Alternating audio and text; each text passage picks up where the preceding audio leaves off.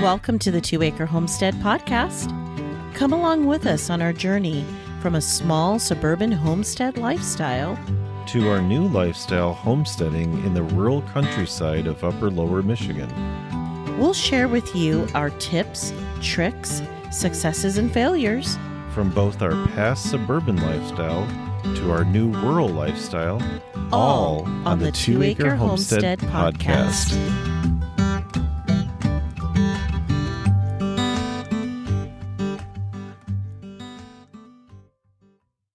Welcome back.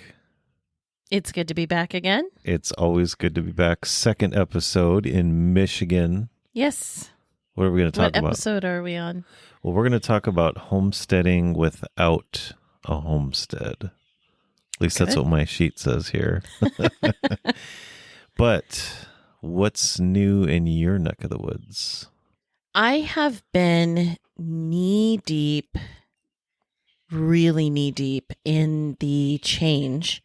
By now, the audience already knows about the massive change that we have had. And that is we have split our brand. So this is the 2 Acre Homestead podcast, but we have broken off our personal lives, you could say, and have spun that off into under a different name. And that is Sage Oak Homestead. So I've been knee deep working on the website, the Instagram. There's new recipes, fresh content that is being produced on that side. So in addition to all of the homeschooling and all the other mom things that I have to do, I've been knee deep in that. That's fun. And actually, I've been helping a bit more with the homeschooling with math and music. Yes. So that's been fun. Yeah. Yeah. Not that I can't get, first grade math, but, it just seems to come out better when you do it. So. Yeah. I don't know. Anyway, you always say because math, right? Because math. Yeah. So what's new in your neck of the woods? We always talk about infrastructure first. And by the way, if you hear little chicks in the background during this recording, sorry, there's not a whole lot we can do about it because we have our 30 chicks off in the distance there. They are pretty rowdy tonight.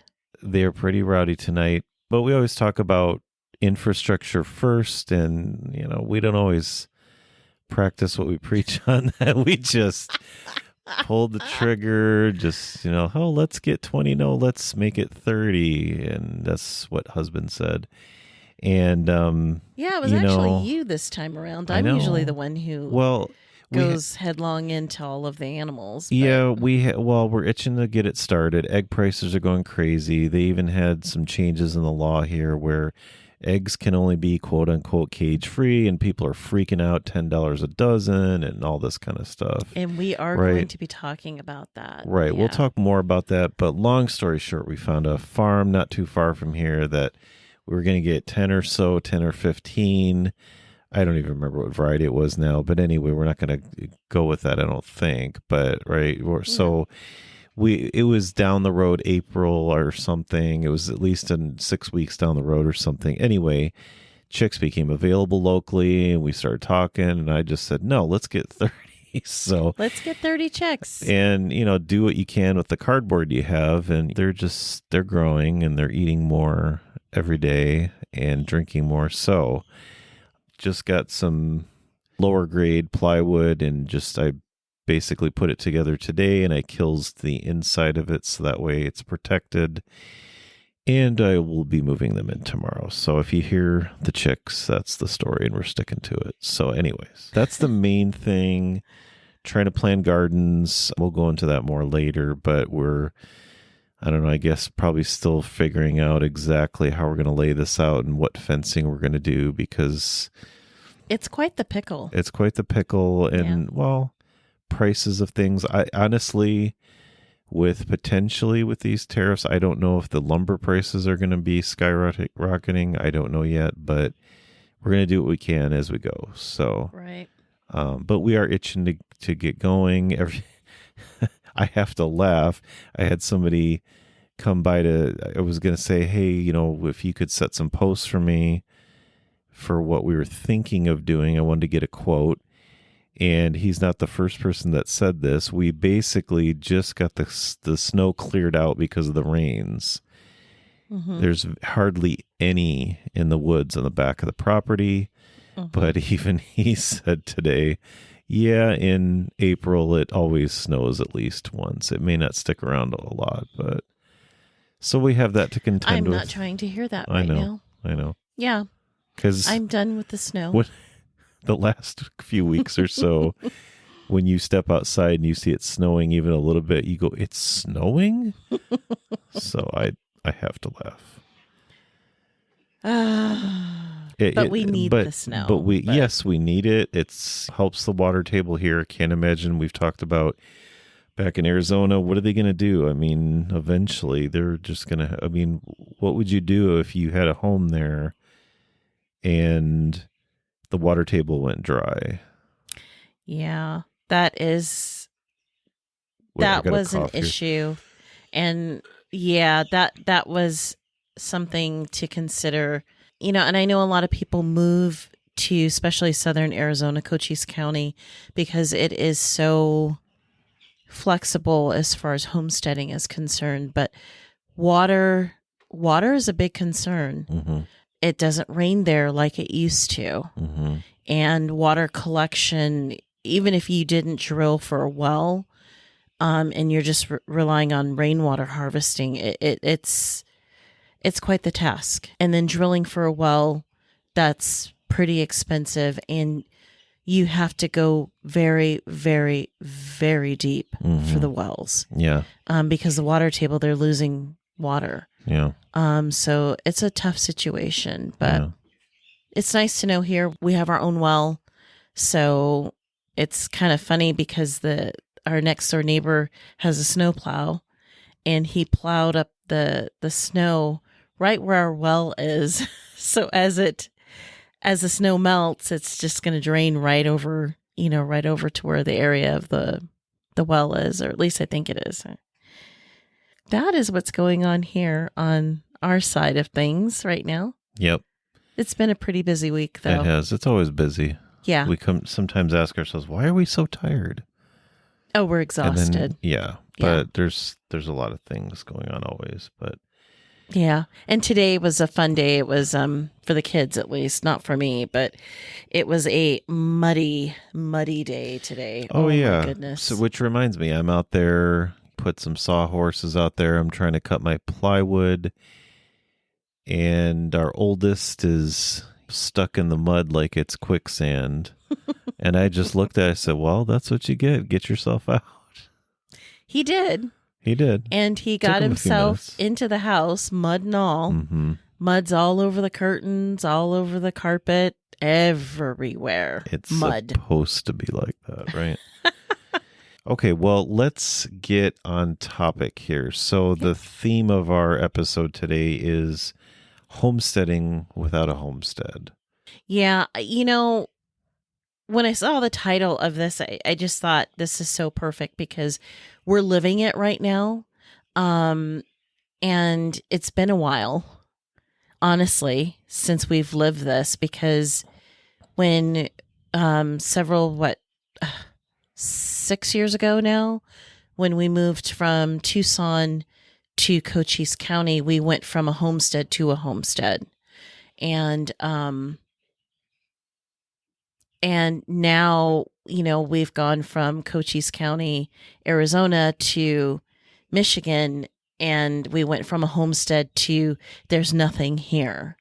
There's no fencing, there's no infrastructure, there's no animals, there's no nothing here. So, and because of the timing that we moved right before winter. So it wasn't like we had the opportunity to put in anything. So we are actually living this right now, how to homestead without having all of the things that makes a homestead. Right. For example, we don't have chickens on property. We know we're going to want that. Well, we have chicks, but yeah. Well, they're not laying eggs. Right.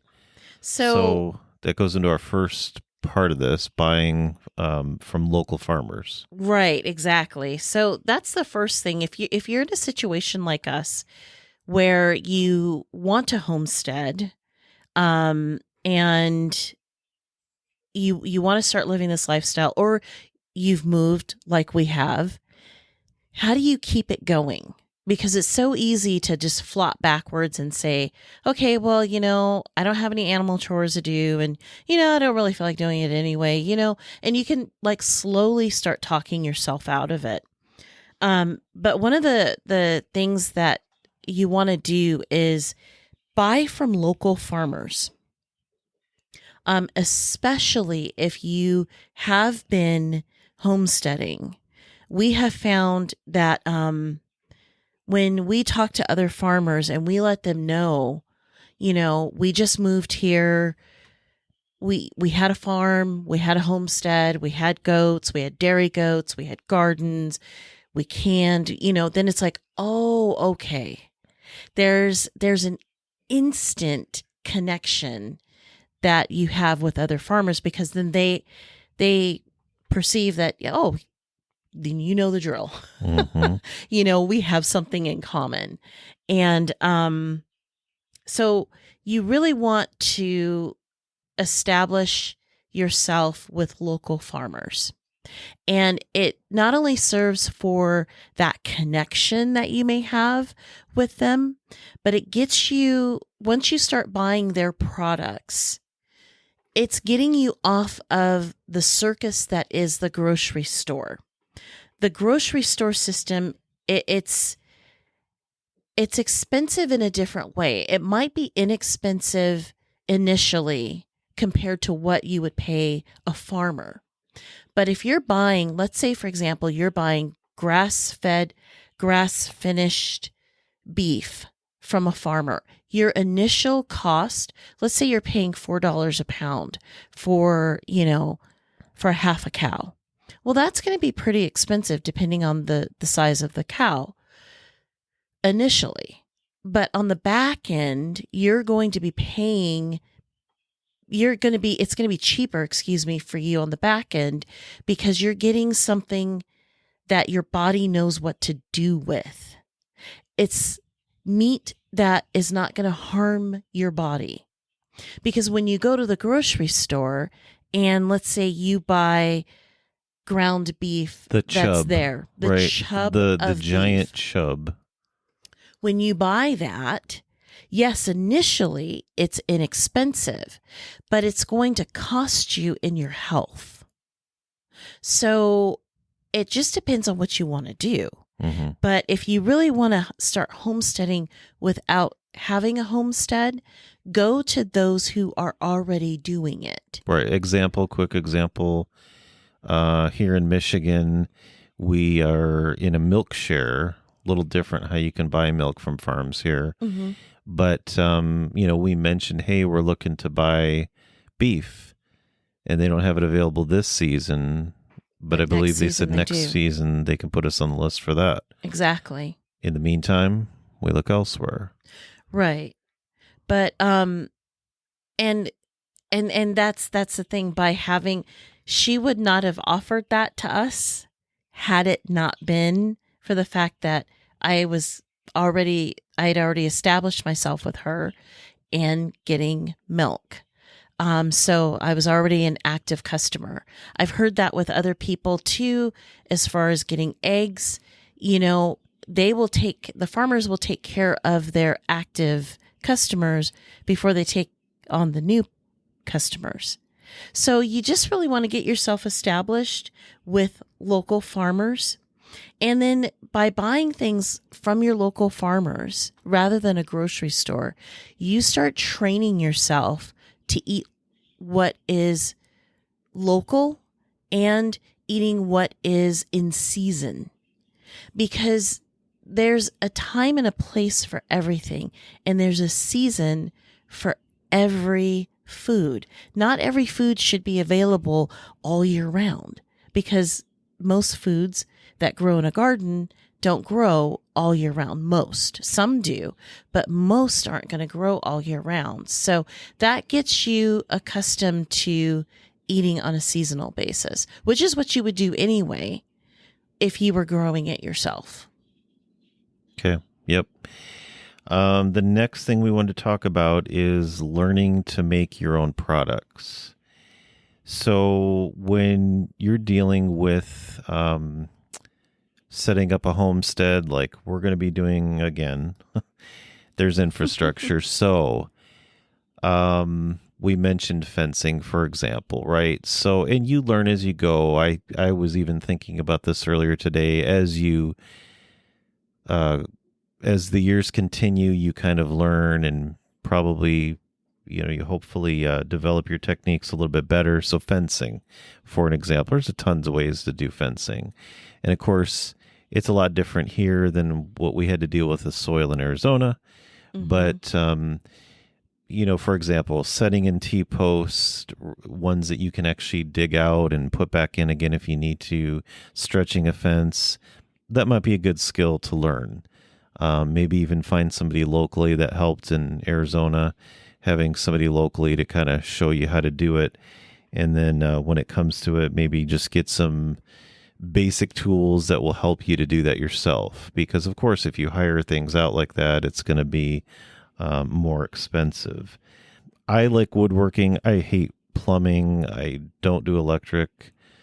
And you're not allowed. I'm not allowed. But I love woodworking because it's forgiving. So some basics, get the skills to do some basics, the framing and what types of plywood and things like that. Get some decent tools. You don't have to go expensive and so on. I will mention one YouTube channel, Woodworking for Mere Mortals. It's a pretty cool channel. I know he used some kind of cheaper end tools, but he basically shows you some good techniques and so on. So have some basics on hand that will help you to do that. Because honestly, I'd rather build something, especially when it comes to wood, than buy something. And Lisa will tell you that. And sometimes we've caved in and we've bought things. Like example, we bought a little chicken brooder one time from the big box. I'm not going to say the name of it. The big box homesteading type store, starts with a T. Yes, we did, didn't we? I forgot about that. They used not even 1x2s. It was just, half inch by half inch wood. I don't know. And it was just so chintzy. And even the, what do you call it? The hardware cloth was not that great. It was the thinnest hardware cloth I had ever seen. Your grandmother probably knits stuff that's thicker than what this was made of, but it was ridiculous. And it's one of those things where if you need to move it more than one or two times, it's destroyed. It'll get destroyed. So, and it's you may pay more a little bit up front, but it's worth it. If you had a table saw, you can rip wood, so it's kind of nice if you need to, but you can make things a little thicker and more durable. Like I said, today I built a chicken brooder box. I think it was 8 feet by 2 feet wide and a couple feet tall. It's bigger than I've built in the past, but it's going to get us through to the time where we need to do the chicken coop, which is another thing I got to build, and I've done that before. So it's definitely better in the long run to build it yourself. I have a question for you.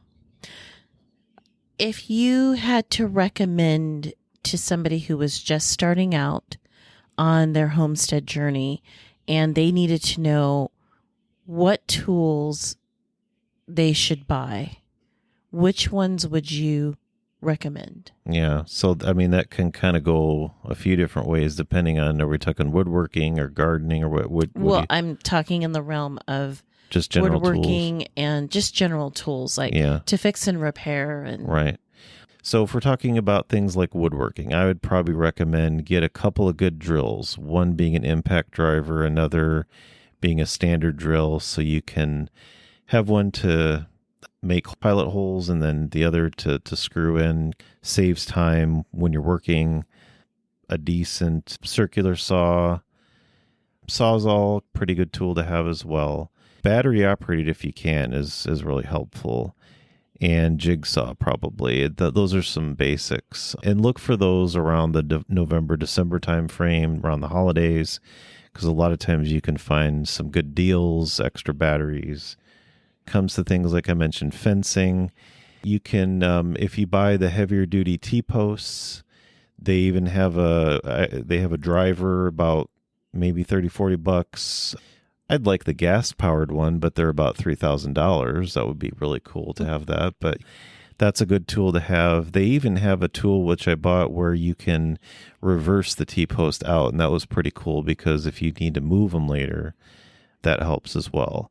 So if you're going to be stretching fence, get a come along. And then if you're going to be attaching fencing like the welded wire or the woven wire, actually I prefer the woven wire. It's more durable.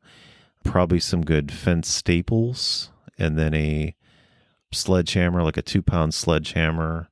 Those are some good basics as well. So you can buy a little bit here and there because these things can add up, obviously, and it doesn't seem like those prices are going down.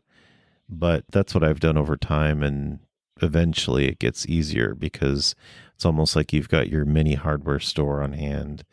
And then, of course, to have a few different size screws on hand because you're going to be probably using quite a lot of them, a few different sizes.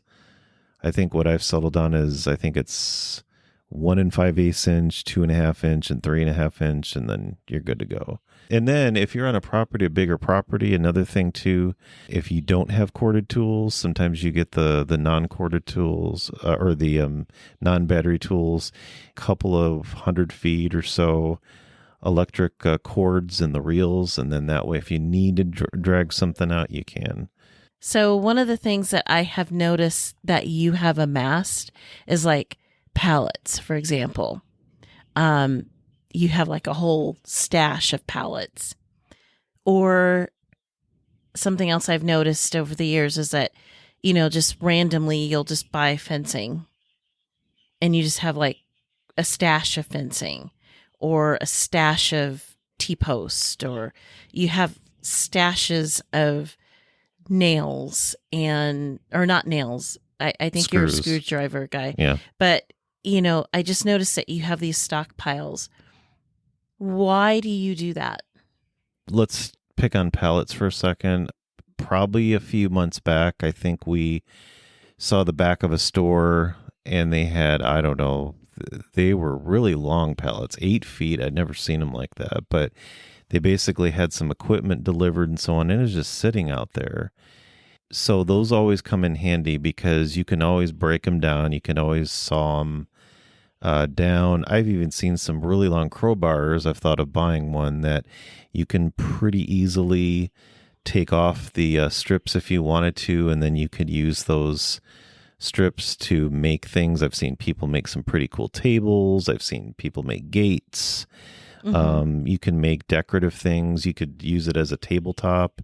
You put them, closer together and you sand them and then you paint it, whitewash it, whatever you want to do. So those always come in handy. They come in handy on the Homestead for stacking things.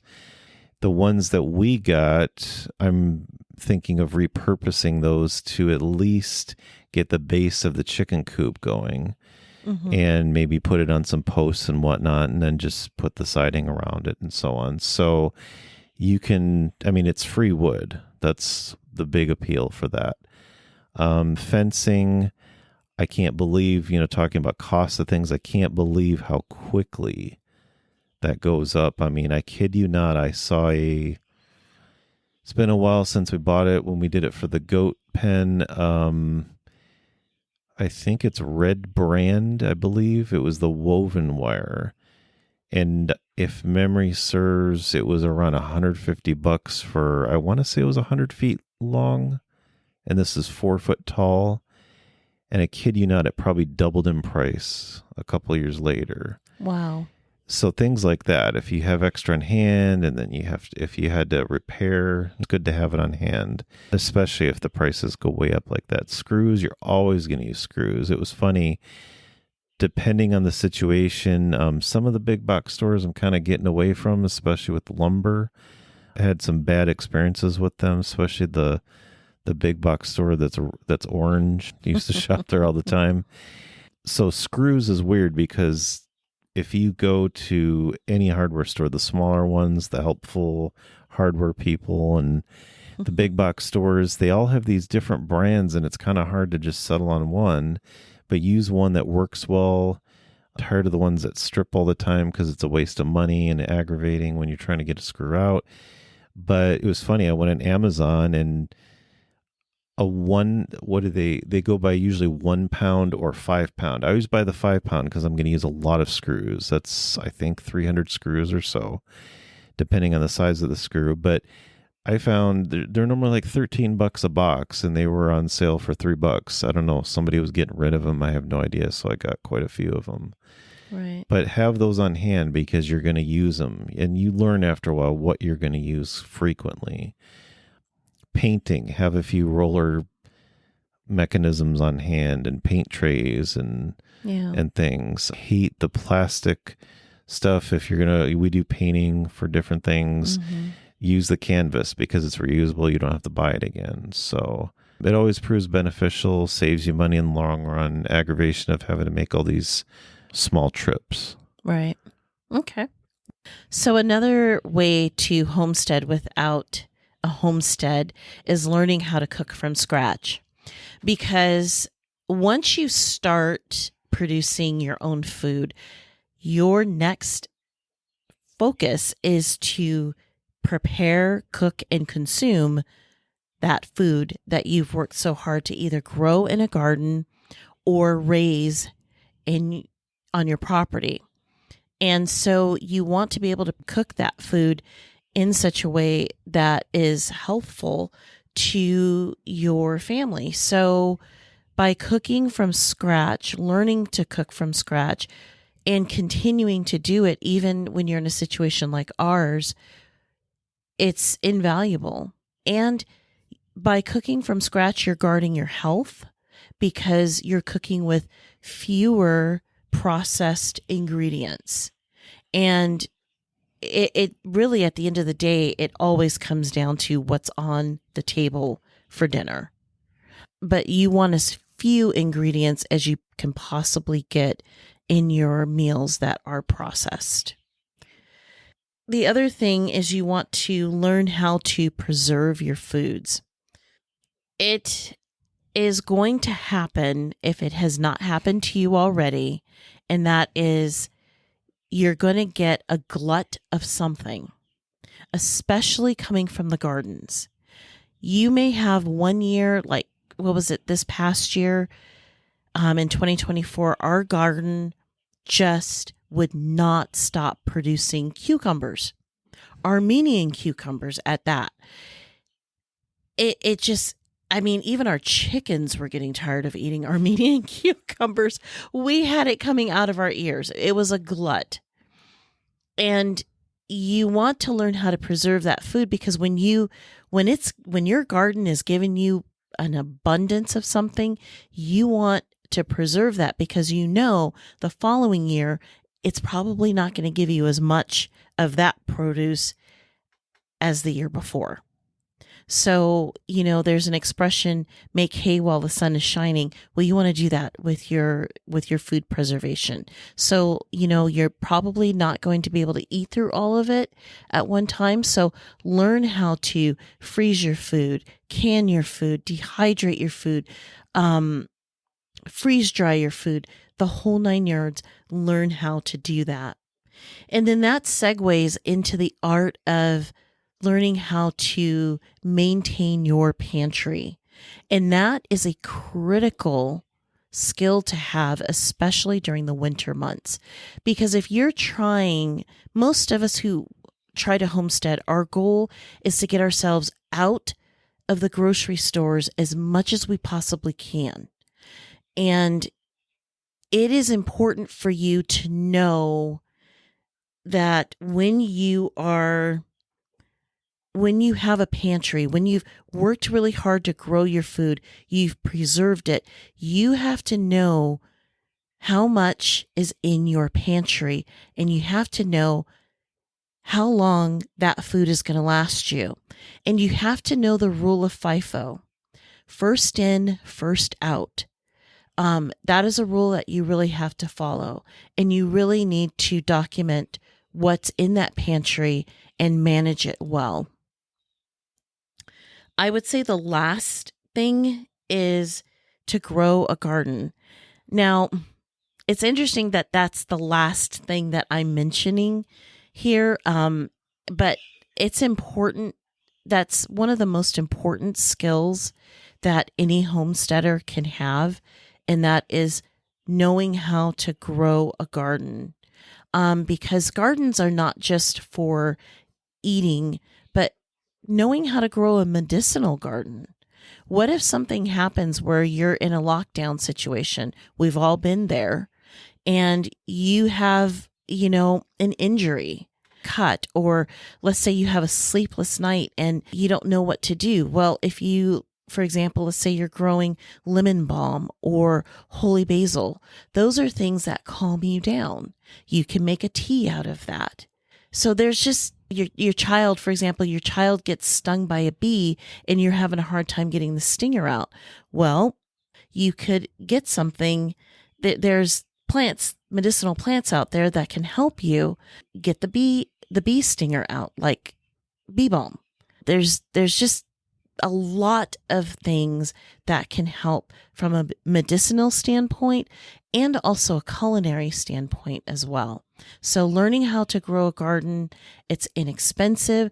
Seeds are still a little inexpensive. They're not as expensive as they used to be. But in addition to growing your garden is learning how to save your seeds. Because once you start saving your own seeds, then the garden becomes less expensive over time. And then all of a sudden, you're starting to grow free food. So it's a wonderful, wonderful thing.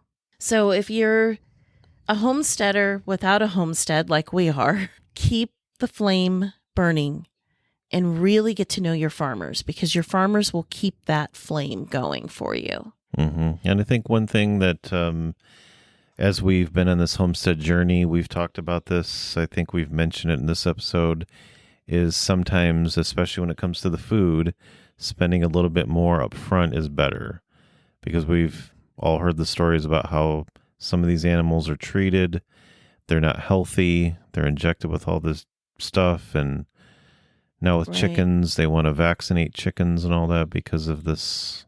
Anyway, this thing that maybe they have.